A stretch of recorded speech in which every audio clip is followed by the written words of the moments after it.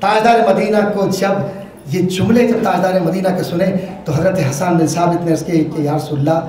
کیسے عرض کروں، کیا کہوں؟ تو حضور نے فرمایا کہ تم اس طرح کہو جیسے کہنے کا حق ہے، تم اس طرح کہو جیسے کہنے کا حق ہے۔ یہ نعت لکھی جا رہی ہے اور لکھوائی جا رہی ہے۔ تاجدار مدینہ سے اس کے یا رسول اللہ ما عالم ما عارف، مجھے نہیں معلوم، مجھے نہیں آتا۔ یہ پیار کا انداز ہوا کرتا ہے شاعر اپنے وقت کے، اور کہا جاتا ہے کہ حسان نے فارسی زبان میں بھی شاعری کی ہے اور پیارے نبی صلی اللہ علیہ وسلم نے فارسی میں بھی گفتگو فرمائی ہے۔ اب تاجدار مدینہ صلی اللہ علیہ وسلم کے جملے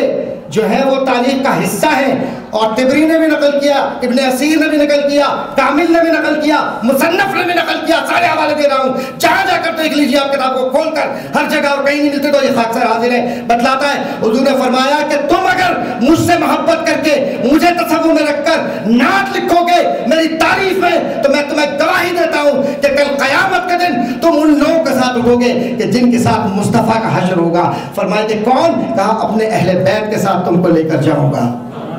اپنے اہل بیت کے ساتھ لے کر جاؤں گا۔ تاجدار مدینہ صلی اللہ علیہ وسلم کا یہ کہنا اس بات کی واضح دلالت ہے کہ جو نبی کریم صلی اللہ علیہ وسلم کی جان مبارک میں ایک لمحے کے لیے چھوٹی سی محفل بھی کر دیتے ہیں، یاد رکھیے آسمانوں پر وہ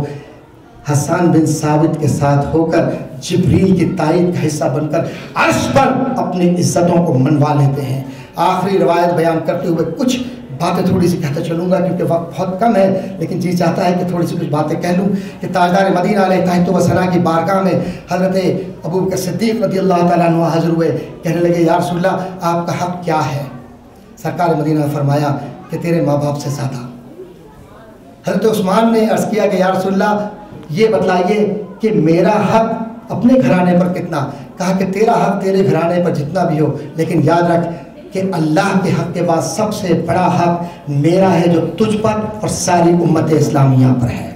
ساری امت اسلامیہ پر۔ اور آج امت اسلامیہ یہ بات کرتی ہے کہ نبی کریم صلی اللہ علیہ وسلم محفلوں کے لیے شرائط لگاتی ہے اور اپنے ذہن کے اختراعات کو سامنے رکھ کر یہ بات کہتی ہے کہ یہ شرک ہے، وہ بدعت ہے، یہ برائی ہے، وہ برائی ہے۔ ہم نے اپنے آپ کو تقسیم کر لیا ہے، ہم نے اپنے آپ کو خراب کر لیا ہے، ہم نے عربی سمجھنا چھوڑ دی، ہم نے قرآن کو پڑھنا چھوڑ دیا، ہم نے احادیث کے ادراکات کو چھوڑ دیا، فن حدیث اور اصول حدیث کو چھوڑ دیا، تفاسیر کے اندر جو بنیادی تفسیر ابن عباس ہے اس تک ہماری رسائی نہیں ہے، اور پھر اس کے بعد ہم ثانوی درجات کی تفاسیر کو پڑھ کر جس میں نعوذ باللہ من ذالک نبی کو گمراہ کہا جاتا ہے، نبی کو بھٹکا ہوا کہا جاتا ہے، نبی کو نہ جانے کن کن الفاظ سے یاد کیا جاتا ہے، نعوذ باللہ من ذالک نقل کفر نباشت، اور ان کو پڑھ کر ہم عالم بن جاتے ہیں، بس ہم خود یہ سمجھتے ہیں کہ ہم بہت بڑے علامہ بن گئے۔ علامہ نہیں، میرے نزدیک جو نبی کا غلام ہے چاہے اس کو لکھنا بھی نہ آتا ہو، علم دین اگر وہ ہے تو وہ دین کا جھنڈا بن جاتا ہے۔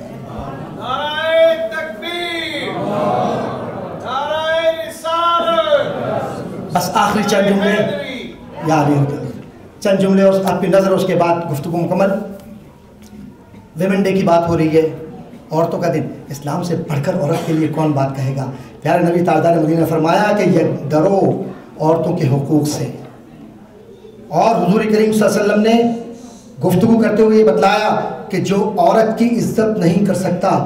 نہ وہ میری عزت کر سکتا ہے نہ وہ کعبے کی عزت کر سکتا ہے، اور قسم ہے اس کعبے کے مالک کی کہ جس نے اپنی بیٹی کو زندگی دی اور جس نے اپنے گھر والوں کی عزت کی، جس نے اپنی بوڑھی ماں کو حج کے لیے لے جانے کی صحیح کی، خواہ وہ جا سکے یا نہ جا سکے، کل قیامت کے دن اس کا ہاتھ میرے ہاتھ میں ہوگا اور اس کو میں جنت میں اپنے ساتھ لے کر جاؤں گا۔ تاجدار مدینہ صلی اللہ علیہ وسلم کی گواہی یہ عام لوگوں کی گواہی نہیں ہے۔ تاجدار مدینہ علیہ تحت و ثنا کی گفتگو، یہ میری بہنیں، یہ میری عزیزائیں جتنی بھی یہاں تشریف رکھتی ہیں، اللہ گواہ ہے کہ یہ وہ لوگ ہیں کہ جن کے وجہ سے آج کلمہ طیبہ آپ کے گھرانوں میں ہے، آپ کے گھرانوں میں کلمہ ان کی وجہ سے ہے۔ اگر حضرت خدیجہ رضی اللہ تعالیٰ عنہ، جن کو عام زبان میں خدیجہ کہتے ہیں، اگر وہ نبی کی تائید نہ کرتی، حضور کو حوصلہ نہ دیتی، زمبلونی کے جواب میں یہ نہ کہتی کہ تم نبی برحق ہو، تو اس کی تائید کے لیے اللہ نے خواہ کتنے ہی مقامات رکھے ہوں، لیکن سب کو یہ بتلا دیا کہ عورت وہ مقام ہے کہ جس کے لیے ہم سورہ نساء بھی نازل کرتے ہیں، اور عورت وہ مقام ہے کہ جس میں اگر عائشہ کھڑی ہو جائے تو تمہارا دین مکمل ہو کر اخلاقیات تمہیں سکھلاتا ہے۔ اور لا یؤمن احدکم حتی اکون کی حدیث کو سب سے پہلے بیان کرنے والی سیدہ فاطمہ الزہرا سلام اللہ علیہا ہے، یہ بھی عورت ہے اور نبی کی تائید کرنے والی بھی عورت ہے۔ ہمیں اس بات کو نہیں دیکھنا چاہیے کہ مغرب کیا کہتا ہے اور مغرب نے کیا لکھا، مغرب نے کیا سوچا، نہ ہمیں کسی سے سند کی ضرورت ہے۔ بہت ذمہ داری کے ساتھ عرض کر رہا ہوں کہ میرے نبی نے یہ فرما دیا کہ جس نے اپنے گھر کے حق کو رکھا، جس نے اپنے گھر کی عصمت کی حفاظت کی، جس نے عورت کی حفاظت کی، جس نے عورت کی عزت کا خیال رکھا اور اس کی غیبت میں کبھی اس کے کردار کچھ نہیں کی، کل قیامت کے دن اللہ ایسے شخص کو پردے میں رکھے گا اور اس کے گناہوں کو معاف کر دے گا۔ اس سے بڑی بات میں کیا عرض کرتا چلوں، تاریخ ولایت پیارے نبی صلی اللہ علیہ وسلم کی جو منانا اور تاریخ ولادت کے ساتھ پیارے نبی صلی اللہ علیہ وسلم سے محبت کرنا عنوان محبت بھی ہے، عنوان عقیدت بھی ہے، عنوان سرشت میں جو بنیادی بات ہے الستو بربکم کا جو پیغام ہے وہ بھی ہے۔ دعا ہے اللہ تعالیٰ سے کہ پیارے نبی صلی اللہ علیہ وسلم کی وسیلہ جلیلہ سے اللہ تعالیٰ ہم سب کو اس زمین پر آقا نامدار کی میلاد ایک نہیں 1000 بار میلادیں پڑھنے کی توفیق عطا فرمائے اور ہم سب میں اتحاد دے۔ میلاد کا مقصد یہ نہیں کہ آپ کسی کو برا کہیں، کوئی نہیں، جو کلمہ طیبہ پڑھتا ہے وہ میرا بھائی ہے، میرا بہن ہے، میرے دوست ہیں۔ تمام مسیحی آباد ہوں، خدا کرے اور مسلمانوں نے عالم اپنے کردار کی وجہ سے اس طرح پہچانے جائیں کہ زمین پر جب وہ چلے تو سیماہم فی وجوہہم من اثر السجود، کہ یہ وہ لوگ ہیں کہ جن کے چہرے چمکتے ہوئے ہوں، خود چہرہ چمکتا ہو، اور یہ بتلا کہ کردار کا آدمی ہے، گفتار کا غازی نہیں ہے۔ اللہ تعالیٰ آپ سب کا حامی و ناصر ہو۔ وآخر دعوانا ان الحمد للہ رب العالمین۔